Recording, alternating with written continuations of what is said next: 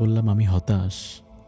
কোরআন বলল, আল্লাহর রহমত থেকে মুমিন কখনো নিরাশ হয় না। আমি বললাম আমার মনটা খুব অশান্ত।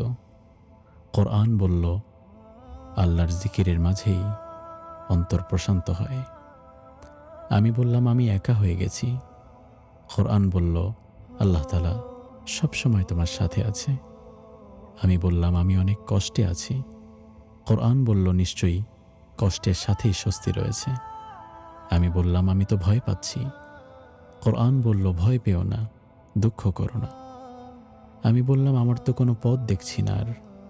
কোরআন বলল, যে আল্লাহকে ভয় করে আল্লাহ তার জন্য পথ বের করে দেয়। আমি বললাম আমার শক্তি ফুরিয়ে গেছে।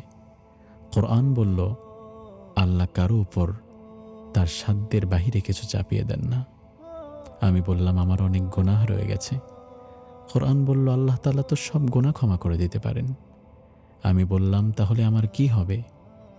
কোরআন বলল, আল্লাহর উপর ভরসা করো। যে আল্লাহর উপর ভরসা করে তিনিই তার জন্য যথেষ্ট।